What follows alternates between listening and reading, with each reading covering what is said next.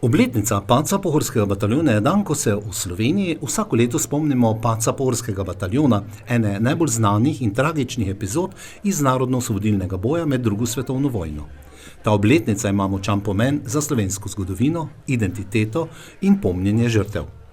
Glavna slovesnost ob letošnji 83. obletnici padca Pohorskega bataljona je potekala kot že tradicionalno pri 3 žebljih na Osankarici na Pohorju. Vsako leto jo pripravlja občina Slovenska Bistrica v sodelovanju z drugimi podpohorskimi občinami. Tam stoji spomenik padlim borcem, slovesnosti pa se udeležujejo politiki, družine potomcev padlih, borčevske organizacije in drugi obiskovalci iz cele Slovenije. Tega dogodka se že od njegove mladosti vsako leto udeleži tudi sedanji državni sekretar na Ministrstvu za gospodarstvo, turizem in šport Republike Slovenije, magister Dejan Židan. Ohranjanje spomina saj malo omogoči, da se grde stvari ne zgodijo v prihodnje. Naše junake je tudi potrebno spoštovati. Srečko Šarh je potomec družine Šarh, povezane z zgodovino Pohorskega bataljona in njegovim zadnjim bojem na Osankarici med drugo svetovno vojno. Kot je ob tem povedal Šarh, mu ta dogodek veliko pomeni. Najbolj pa to, da je spoštovan, ker mi smo izgubili svojo družino, v bistvu 50%, pa se drugi ljudje tudi spominjajo na to, da držimo to tradicijo in upam, da bomo je vedno. Na vprašanje, koliko mu kot politiko pomeni slovenstvo in ohranjanje slovenske kulture, je državni sekretar magister Dejan Židan ob tem povedal. Naš narod bo pa obstal samo v primeru, če se zaveda, da ima korenine. To pomeni, da mi moramo spoštovati in uporabljati povsod, kar se da slovenski jezik, spoštovati in povsod brati in gledati slovensko kulturo in ves čas tudi se zavedati svoje zgodovine. Samo takrat, če poznamo svoje temelje, imamo sploh možnost, da obstanemo. Kot poslanka skupine Svoboda je na dogodek prišla Mojca Šetinc Pašek. Tudi jaz, podobno kot gospod Srečko, imam svoje družinske korenine. Moj dedek ni bil borec Pohorskega bataljona, prvega Pohorskega bataljona, ki je tukaj padel, ampak je bil pa terenc in njihova veza in jih je pomagal organizirati preden in vem, kako to je. In ko sem bila še majhna deklica, sem ves čas tudi z njim hodila, tudi moji bratranci in moje sestrične smo ga spremljali, ko je bil on govorc tukaj na Pohorskem bataljonu oziroma na Osankarici ob tej prireditvi leta in leta nazaj še v Rajnki Jugoslaviji. Bi pa dodala to, kar je rekel moj prijatelj in moj tovariš in moj kolega Dejan iz Socialnih demokratov. Vsi se moramo zavedati, ta prostor tukaj je res sveti prostor. Na Osankarici je v bistvu neke vrste eden od tistih simbolnih prostorov slovenskega naroda. Tukaj je pravzaprav bila, kljub temu, da je prvi Pohorski bataljon skoraj da v celoti padel, izbojevana zelo pomembna simbolna stvar. Mi se moramo zavedati, zakaj so se borke in borci Pohorskega bataljona borili. Borili so se za svobodo, borili so se tudi za Slovenijo. In slovenstvo lahko obstane samo tako, da se teh dogodkov spominjamo in jih ohranjamo v našem spominu ves čas žive. Spomin na Pohorski bataljon nas opominja, da je ohranjanje naroda in njegovih vrednot temelj za prihodnost. Pri tem se poraja vprašanje, ali imamo Slovenci glede na nizko rodnost še prihodnost.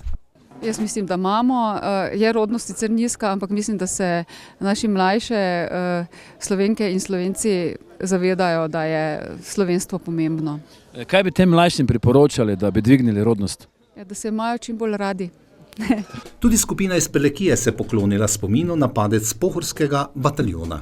Mi prijemo tu že vsako leto nekaj let na toti pohorski pohod in častimo bataljon, partizane, smo tudi družinski kolege, Šarhov imamo Prleka, ki je zet, Šarhov, tako da pridemo vsako leto, pa tu nazdravimo obenem. Kaj pomeni ta dogodek za skupino? Druženje, počastitev partizanov, da se spomnimo tega trenutka. Luka pa nas je spomnil na njegovega pogumnega pradetka Alfonza Šarha, ki je skupaj s to enoto zapisal pomemben del slovenske zgodovine.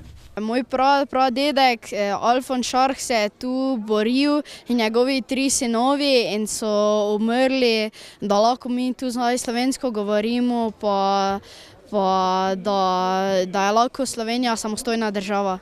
Kot je ob tem povedal Luka, je na svoje prednike zelo ponosen. Zelo sem ponosen, da sem sorodil, zato ker potem nočem se važiti z tem, ker ni vredi, da se važim, da je moj dedek umrl, ampak sem tudi ponosen, da je bil nacionalni heroj. Kako pogosto prihaja Luka na mesto pogumnih mož? 2-krat na leto skoraj vsako prireditev, kot recimo v Gradcu. Slavnostni govor na osrednji slovesnosti je imel predsednik vlade Republike Slovenije dr. Robert Golob. Po zaslugi partizanov in nikogar drugega smo Slovenke in Slovenci sami osvobodili svojo domovino in drugo svetovno vojno končali kot del protinacističnega zavezništva svobodnih narodov. Narodov, ki so želeli postaviti nov svet, brez sovraštva in brez vojn. Pohorski bataljon pa se je v zgodovino zapisal kot večni simbol slovenstva, kot večni simbol Štajerske. Spoštovani in spoštovane, danes se moramo vprašati, kaj nam sporočajo ti junaki v tem nemirnem času. Svet okoli nas je žal spet poln konfliktov, zatiran in grožen. Vojna divja nedaleč od nas, tudi genocid v Gazi še kar poteka, kljub temu, da je izginil iz naslovnic svetovnih medijev.